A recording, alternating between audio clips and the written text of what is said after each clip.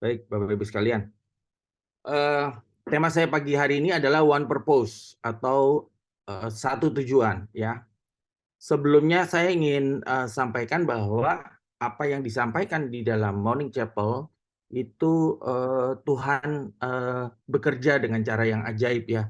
Jadi waktu saya mempersiapkan khotbah ini itu seminggu yang lalu, ya. Saya nggak janjian dengan Brother Freddy Setiadi, ya. Tapi kemarin Brother Freddy Setiadi menyampaikan hal yang berhubungan dengan apa yang hendak saya sampaikan, ya, pada hari ini, ya, dengan tema One Purpose. Jadi saya percaya bahwa Tuhan bekerja di dalam setiap kita.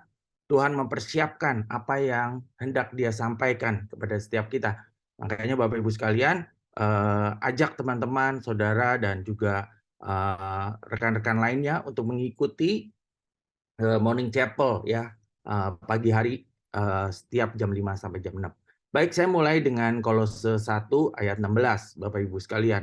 Sini dikatakan, karena di dalam Dialah telah diciptakan segala sesuatu yang ada di sorga dan yang ada di bumi, yang kelihatan dan yang tidak kelihatan, baik singgasana maupun kerajaan, baik pemerintah maupun penguasa. Segala sesuatu diciptakan oleh Dia dan untuk Dia, ya. Ini saya tandai warna kuning, ya, saya highlight, ya. Di dalam Dialah telah diciptakan segala sesuatu. Jadi Bapak Ibu sekalian, segala sesuatu diciptakan di dalam Dia, ya. Artinya di dalam Tuhan, ya, Dia menciptakan, meng-create segala sesuatunya yang ada, yang kita bisa lihat, bahkan yang tidak kita bisa lihat.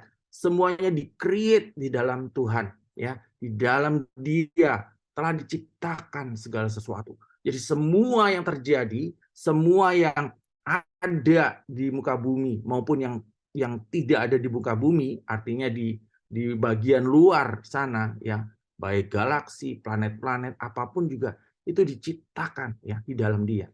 Dan bahkan dikatakan segala sesuatu diciptakan oleh Dia dan untuk Dia. Maksudnya apa, Bapak Ibu sekalian? Ya, Dia menciptakan segala sesuatu dan apa yang diciptakan oleh Tuhan itu diciptakan Tuhan untuk Dia, untuk Tuhan, ya.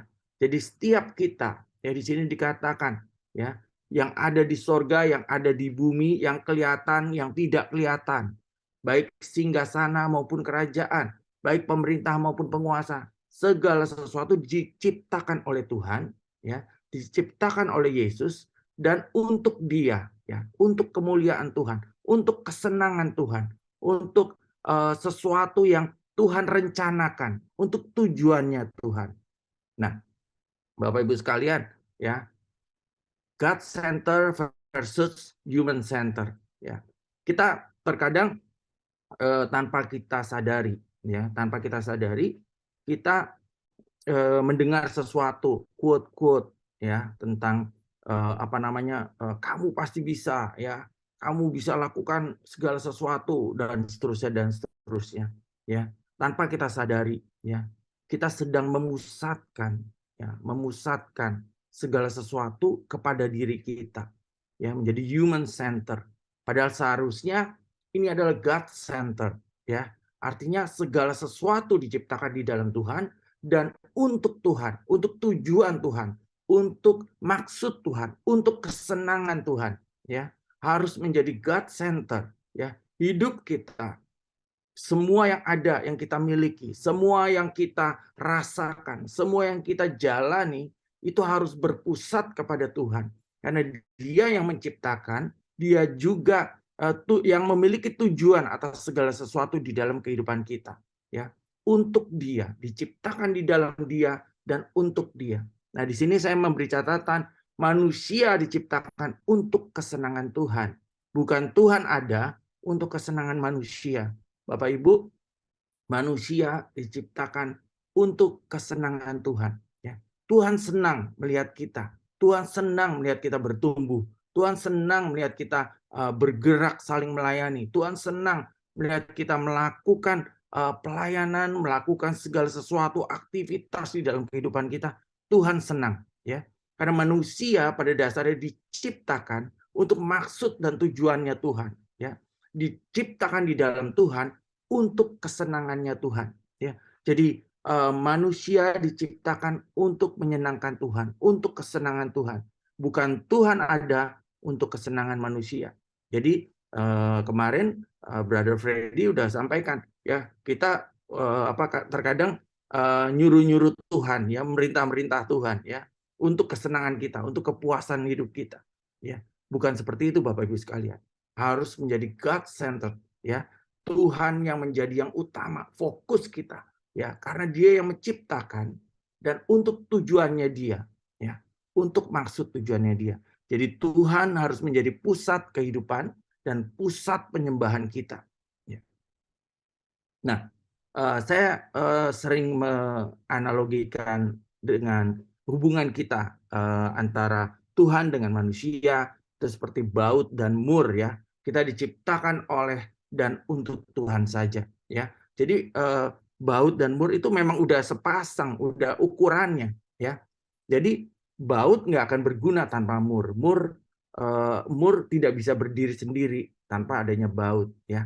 Jadi memang manusia diciptakan, didesain ya untuk maksud dan tujuannya Tuhan. Ya, desain Tuhan di dalam setiap kita adalah yang terbaik.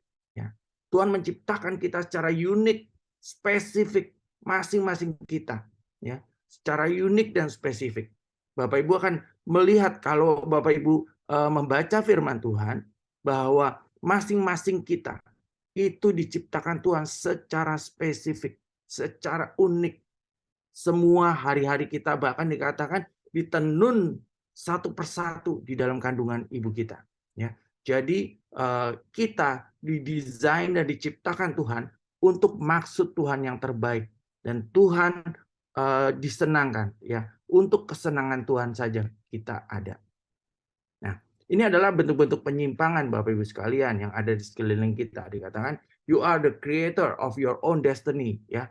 Ini menjadi human centered ya, bukan menjadi God centered tapi mengarahkan kepada manusianya. Bahwa kita mampu, kita bisa, kita yang meng-create hidup kita sendiri, nasib kita yang meng-create seakan-akan itu urusannya kita pribadi gitu. Padahal di situ Tuhan menciptakan kita, meng-create kita untuk satu maksud tujuan ya. Bukan untuk kitanya yang menjadi lebih dari pencipta kita ya. Kita menentukan segala sesuatu sendiri, tetapi kita harus menyertakan Tuhan. Jadi bukan human centered tapi God centered. Ini salah satu bentuk penyimpangan. Ini juga believe in yourself. Kita sering dengar, percaya pada dirimu sendiri, kamu bisa lakukan, kamu bisa mengerjakan ini, kamu pasti bisa, ya kan? Mengarahkan kepada human centered ya, bukan God centered. Ini juga salah satu bentuk penyimpangan. You are the architect of your own destiny. So be a good architect ya. Jadi seringkali ya, penyimpangan-penyimpangan ini, kata-kata motivasi dan seterusnya ada di sekeliling kita. Tetapi secara tidak langsung itu mengarahkan kita, menjadikan kemanusiaan kita itu menjadi pusat ya. Bukan Tuhan, bukan God center, bukan Tuhan menjadi pusat, tetapi kemanusiaan kita ya. Nah, seharusnya seperti ini. God is our refuge and strength ya. Nothing will be impossible with God ya. Harus menjadi God center, bukan human center. Nah, Bapak Ibu sekalian, bagaimana sih cara Tuhan menjadikan manusia menjadi kesenangan atau kesukaannya selagi kita ada di dunia? Jadi Bapak Ibu sekalian harus mengerti ya bahwa Tuhan itu senang ya. Tuhan senang dengan kita. Tuhan mau kita hidup dan hidup di dalam kelimpahan supaya kita menyenangkan Dia ya. Menjadi tujuannya Dia. Artinya Tuhan disenangkan dengan kehidupan kita. Nah, bagaimana cara Tuhan menjadikan manusia kesenangan atau kesukaannya? Nah, ada 5 elemen pertumbuhan di mana Tuhan bergerak dalam hidup saudara. Ya, nanti kita akan bahas satu persatu. Jadi ada 5 elemen pertumbuhan yang disingkat dengan shape. Ya, yang pertama adalah spiritual gift atau karunia-karunia rohani. Yang kedua adalah heart desire atau keinginan di dalam hati. Yang ketiga adalah abilities atau kemampuan dan keahlian. Yang keempat adalah personality atau kepribadian. Dan yang kelima adalah experiences, yaitu pengalaman hidup kita. Nah, Efesus 4 ayat 15-16 berkata, tetapi dengan teguh berpegang kepada kebenaran di dalam kasih, kita bertumbuh di dalam segala hal ke arah Dia, Kristus yang adalah kepala. Jadi kita bertumbuh di dalam segala hal, bertumbuh di dalam segala hal. Di dalam apa? Di dalam spiritual gift, di dalam heart desire, di dalam abilities, di dalam personality, di dalam experiences. Kita bertumbuh di dalam segala hal ke arah Dia, yaitu Kristus yang adalah kepala dan kita adalah tubuhnya. Daripadanya lah seluruh tubuh yang rapi tersusun dan diikat menjadi satu oleh pelayanan semua bagiannya. Sesuai dengan kadar pekerjaan tiap-tiap anggota menerima pertumbuhannya dan membangun dirinya di dalam kasih. Jadi Bapak Ibu sekalian, kita sedang bertumbuh, ya. Kita sedang bergerak, ya.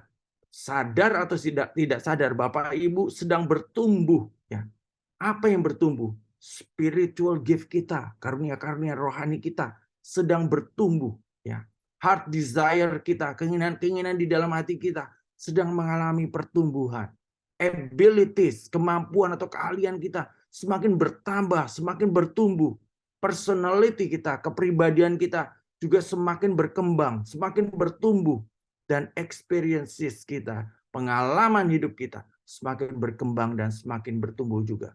Ini adalah 5 elemen pertumbuhan di mana Tuhan bergerak di dalam kehidupan saudara. Melalui hal-hal ini Tuhan disenangkan. Melalui hal-hal ini maksud dan tujuan Tuhan digenapi dalam setiap kehidupan kita. Jadi Bapak Ibu sekalian, kita nanti akan melihat, ya, kita akan mempelajari apa itu spiritual gift kita, apa itu heart desire kita, apa itu abilities kita, personality kita, dan experiences kita. Nah, fokus kita ya tadi shape, ya, yang 5 hal tadi, ya kan? Spiritual gift, heart desire, abilities, personality, dan experience itu 100% ditujukan kepada Tuhan, ya. Bertumbuh ke arah Kristus, bertumbuh menjadi serupa dengan Kristus. Kita, ya, orang-orang yang tadinya tidak mengenal Tuhan, kita yang tadinya tidak memiliki tujuan hidup di dalam Tuhan, ketika kita percaya kepada Tuhan, kita difokuskan bertumbuh ke arah Kristus, menjadi serupa dengan Kristus melalui pertumbuhan di dalam spiritual gift, heart desire, abilities, personality, dan experiences. Nah, studi case kita pagi hari ini adalah Daud, Bapak Ibu sekalian. Nah, kita lihat ya, contohnya Daud, spiritual gift-nya atau karunia-karunia rohani yang di dalam Daud. Saya memberi catatan di sini, karunia yang menonjol, ya, karunia untuk memimpin dan melayani sangat menonjol dalam kehidupan Daud, ya. Roma 12 ayat 6-8 berkata, demikianlah kita mempunyai karunia yang berlain-lainan menurut kasih karunia yang dianugerahkan kepada kita. Jadi masing-masing kita karunianya berbeda-beda, Bapak Ibu. Jika karunia itu adalah untuk bernubuat, baiklah kita melakukannya sesuai dengan iman kita. Jika karunia untuk melayani, baiklah kita melayani. Jika karunia untuk mengajar, baiklah kita mengajar. Jika karunia untuk menasehati, baiklah kita menasehati. Siapa yang membagi-bagikan sesuatu, hendaklah dia melakukan dengan hati yang ikhlas. Siapa yang memberi pimpinan, hendaklah ia melakukannya dengan rajin. Siapa yang menunjukkan kemurahan, hendaklah ia melakukannya dengan sukacita. Bapak Ibu, jadi ada begitu banyak karunia-karunia yang Tuhan siapkan untuk setiap kita. Dan masing-masing kita dikatakan berbeda-beda, berlain-lainan, ya.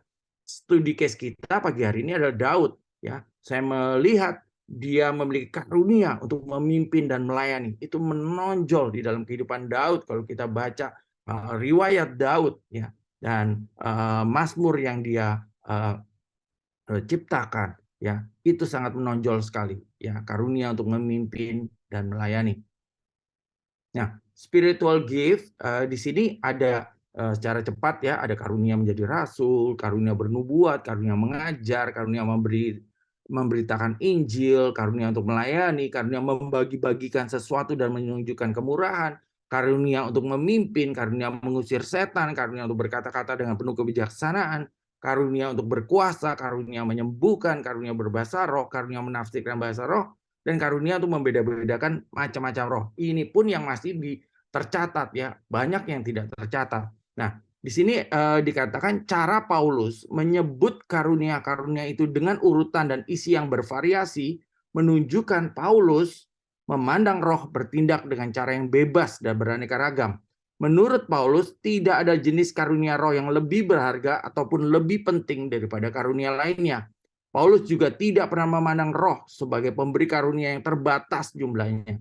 Karunia-karunia rohani yang diberikan Roh Kudus ini tidak bisa dihitung dan tidak ada yang lebih baik dari yang lainnya. Jadi Bapak Ibu sekalian, karunia-karunia spiritual gift, karunia dari roh itu begitu banyaknya ya, dan kita berbeda-beda karunia-karunia kita. Bapak Ibu harus menemukan ya karunia apa, spiritual gift apa ya yang ada pada Bapak Ibu masing-masing. Nanti dikasih tahu caranya ya. Yang kedua, kita pelajari dulu mengenai heart desire atau keinginan di dalam hati. Nah, saya memberi catatan di sini, keinginan hati Daud ialah dekat dengan Tuhan dan mencintai firman-Nya. Jadi di dalam hati Daud itu hanya ada keinginan untuk dekat Tuhan dan mencintai firman-Nya. Itu tercatat di dalam Mazmur 84 ayat 11, sebab lebih baik satu hari di pelataranmu daripada 1000 hari di tempat lain. Lebih baik berdiri di ambang pintu rumah Allahku daripada diam di kemah orang fasik. Dan Mazmur 42 ayat 2 berkata, seperti rusa yang merindukan sungai yang berair, demikianlah jiwaku merindukan Engkau ya Allah. Mazmur 1 ayat 2 berkata, tetapi yang kesukaannya ialah Taurat Tuhan, yang merenungkan Taurat itu siang dan malam. Jadi Bapak Ibu sekalian, kalau kita bedah hatinya Daud ya, heart desire, keinginan di dalam hatinya Daud, itu hanya untuk dekat dengan Tuhan dan mencintai firman-Nya. Bapak Ibu, heart desire ini sebenarnya bukan berbicara masalah rohani saja ya Bapak Ibu. Jadi heart desire itu bisa menjadi sesuatu pun yang bisa kelihatan. Misalnya Bapak Ibu punya kerinduan membangun rumah Tuhan. Ya, Daud punya kerinduan membangun rumah Tuhan, membangun bait Allah. Tetapi Tuhan tidak izinkan Daud membangun bait Allah karena Daud tangannya berlumuran dengan darah karena dia berperang dan dia banyak membunuh banyak orang, dan itu Tuhan tidak mengizinkan Daud membangun bait Allah. Akhirnya yang membangun anaknya yaitu Salomo ya, yang membangun bait Allah. Tetapi Daud mempersiapkan segala sesuatu untuk pembangunan bait Allah. Dia siapkan kayunya, dia siapkan peralatannya, dia siapkan ahli-ahlinya, dia siapkan semua. Jadi Salomo waktu membangun bait Allah itu semua udah bantuan dari bapaknya semua, bantuan dari Daud, baik kayunya untuk membangun, ya batunya, segala sesuatu, ahli-ahlinya, semua udah disiapkan, sudah di-planning sama Daud. Karena Daud tidak diizinkan membangun bait Allah, tetapi Salomo yang membangun bait Allah. Ya. Tetapi kerinduan hati Daud untuk membangun rumah Tuhan, ya, ada keinginan. Jadi heart desire itu tidak hanya berbicara sesuatu yang tidak bisa dideteksi, ada kayak ini keinginan untuk dekat dengan Tuhan dan mencintai firman itu kan nggak bisa dideteksi Bapak Ibu sekalian. Tetapi sesuatu yang nyata, ya itu pun menjadi bagian dari heart desire, ya seperti itu. Yang ketiga, kita pelajari abilities atau keahlian atau kemampuan. Di sini saya memberi catatan, Daud memiliki kemampuan dalam mengatur strategi dan memahami peraturan atau memahami hukum. Ya, Keluaran 36 ayat 2 berkata, demikianlah harus bekerja Bezalel dan Aholiab dan setiap orang yang ahli yang telah dikaruniai Tuhan keahlian dan pengertian. Jadi Tuhan mengaruniakan keahlian dan pengertian sehingga ia tahu melakukan segala macam pekerjaan untuk mendirikan tempat kudus, tepat menurut yang diperintahkan Tuhan. Lalu Musa memanggil Bezalel dan Aholiab dan setiap orang yang ahli yang dalam hatinya telah ditanam Tuhan keahlian. Tuh, Bapak Ibu sekalian, di dalam diri kita telah ditanamkan Tuhan keahlian-keahlian khusus. Bapak Ibu yang jago masak, itu keahlian yang Tuhan tanamkan. Bapak Ibu yang punya pengetahuan, keahlian dalam bertani, itu juga pemberian Tuhan. Bapak Ibu yang mahir di dalam perhitungan keuangan, ya, di dalam manajemen, itu semua kalian yang ditanam Tuhan, ya, di dalam diri Bapak Ibu sekalian. Setiap orang yang tergerak hatinya untuk datang melakukan pekerjaan itu. Jadi di dalam Keluaran 36 ayat 2 ini berkata bahwa setiap kalian itu ditanamkan oleh Tuhan, ya. Dalam studi case Daud memiliki kemampuan dalam mengatur strategi dan memahami peraturan atau memahami hukum. Nah, kita masuk yang keempat, personality atau kepribadian. Nah, Daud itu lemah lembut, patuh pada otoritas dan menghormati suara kenabian. Ya. Amsal 2 ayat 1 sampai 8 berkata, "Hai anakku, jikalau engkau menerima perkataanku dan menyimpan perintahku di dalam hatimu, sehingga telingamu memperhatikan hikmat, dan engkau mencenderungkan hatimu kepada kepandaian. Ya, jikalau engkau berseru kepada pengertian, dan menunjukkan suaramu kepada kepandaian, jikalau engkau mencarinya seperti mencari perak, dan mengejarnya seperti mengejar harta terpendam, maka engkau akan memperoleh pengertian tentang takut akan Tuhan dan mendapat pengenalan akan Allah. Karena Tuhanlah yang memberikan hikmat, dari mulutnya datang pengetahuan dan kepandaian. Ia menyediakan pertolongan bagi orang yang jujur, menjadi perisai bagi orang yang tidak bercela lakunya, sambil menjaga jalan keadilan dan memelihara jalan orang-orangnya yang setia. Jadi kepribadian kita, Bapak Ibu sekalian, personality kita, itu semua menyenangkan hati Tuhan. Ya, kita berbeda-beda kepribadiannya. Ya, Bapak Ibu berbeda-beda. Ya, contohnya Daud, dia orang yang lemah lembut, patuh pada otoritas, menghormati suara kenabian. Ya, kita mungkin lebih menonjol di bidang-bidang yang lainnya di dalam kepribadian atau personality kita. Ya, tetapi di dalam segalanya itu, ketika kita menjadi God center, kita menjadikan Tuhan menjadi fokus kita, tujuan kita, maka semua itu menyenangkan Tuhan. Kita menjadi kesenangan bagi Tuhan. Yang kelima, yang terakhir adalah pengalaman-pengalaman, experiences. Ya, di sini saya mencatat Daud memiliki pengalaman sebagai gembala domba, pembunuh raksasa atau Goliat, panglima perang, ya, dan raja.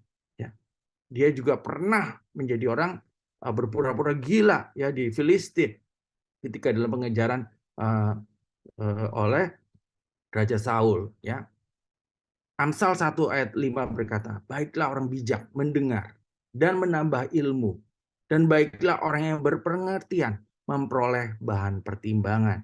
Jadi Bapak Ibu sekalian, experiences kita, pengalaman-pengalaman kita, baik pengalaman bidang pengalaman rohani, maupun pengalaman-pengalaman di dalam pekerjaan, di dalam usaha, itu semua pemberian Tuhan. Dan itu semua menyenangkan Tuhan. Itu semua bertumbuh menyenangkan Tuhan. Jadi Bapak Ibu sekalian, terus gali. Dapatkan pengalaman-pengalaman. Ya, pastikan Bapak Ibu terus bertumbuh di dalam pengalaman. Ya. Cara menumbuh kembangkan spiritual gift, heart desire, abilities, personality, dan experiences adalah, ini 5 cara menumbuh kembangkan. Yang pertama, berdoa Bapak Ibu. Minta petunjuk dan konfirmasi dari Tuhan. Itu yang pertama. Yang kedua, melayani. Harus masuk dalam pelayanan. Ikut proses pembentukan dari Tuhan dalam pelayanan. Jadi Bapak Ibu sekalian, untuk mengetahui shape Bapak Ibu masing-masing, Bapak Ibu tidak bisa tidak harus masuk dalam pelayanan, ya. Karena di situ semakin kita dikembangkan kapasitas kita, ya, kepercayaan yang Tuhan berikan, semua pelatihan-pelatihan yang tidak bisa Bapak Ibu temukan di tempat lain, Bapak Ibu akan alami ketika Bapak Ibu masuk dalam pelayanan. Yang ketiga, diskusikan, ya, dengan pembina rohani, pemimpin kesan Bapak Ibu masing-masing, saudara seiman, untuk mengembangkan potensi yang Bapak Ibu miliki. Dan yang keempat, beri waktu. Ya. Pertumbuhan hingga berbuah itu membutuhkan proses, dan proses membutuhkan waktu. Jadi Bapak Ibu sekalian, beri waktu, ya, beri ruang untuk semua itu bertumbuh dan berkembang. Dan yang kelima, adanya peneguhan. Seiring dengan keseriusan kita menjalani proses, maka Tuhan akan memberikan peneguhan bagi kita. Makin akan diteguhkan. Semakin kita melihat, ya, spiritual gift kita apa, abilities kita apa, experience kita apa, personality kita apa, heart desire kita seperti apa. Semakin diteguhkan, semakin dibalance, semakin direfocus, ya. Dan tujuannya adalah God center. Tujuannya adalah Tuhan yang menjadi pusat segala sesuatu di dalam kehidupan kita, shape kita untuk God center. 1 Petrus 5 ayat 10-11 berkata, dan Allah sumber segala kasih karunia yang telah memanggil kamu dalam Kristus kepada kemuliaan yang kekal akan melengkapi, meneguhkan, menguatkan, mengokohkan kamu sesudah kamu menderita seketika lamanya. Ialah yang punya kuasa sampai selama-lamanya. Amin. Ya.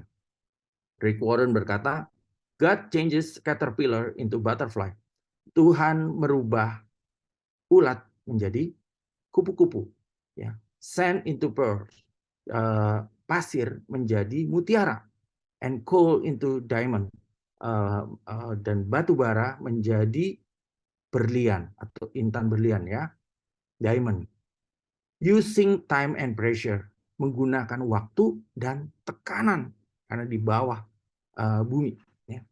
He's working on you too. Ya. Dia masih bekerja dalam setiap kita. Ya. Waktu dan tekanan itu akan membentuk kita dari batu bara menjadi diamond, menjadi berlian, menjadi intan yang berharga, yang bernilai. Dan membutuhkan waktu, membutuhkan pressure, tekanan. Ya. Bapak Ibu akan menjalani prosesnya. Dan setiap kita akan bertumbuh untuk menyenangkan Tuhan. Jadi saudara dan saya diciptakan Tuhan secara unik dan spesifik. Semua karya Tuhan yang terbaik telah diinstal di dalam diri kita. Diinstal, dimasukkan di dalam diri kita. Agar kita menyenangkan bagi pencipta kita, yaitu Tuhan. Mari kita berdoa. Bapa yang Maha Baik, terima kasih Tuhan. Engkau Allah yang luar biasa. Kami bersyukur Tuhan. Kalau Engkau terus bekerja di dalam kami, menumbuh kembangkan kami Tuhan. Baik di dalam karunia-karunia, di dalam pengalaman, kepribadian kami, heart desire Tuhan di dalam kami, dan abilities. Tuhan terus bekerja atas setiap kami. Supaya setiap kami didewasakan, dibentuk, dipertajam.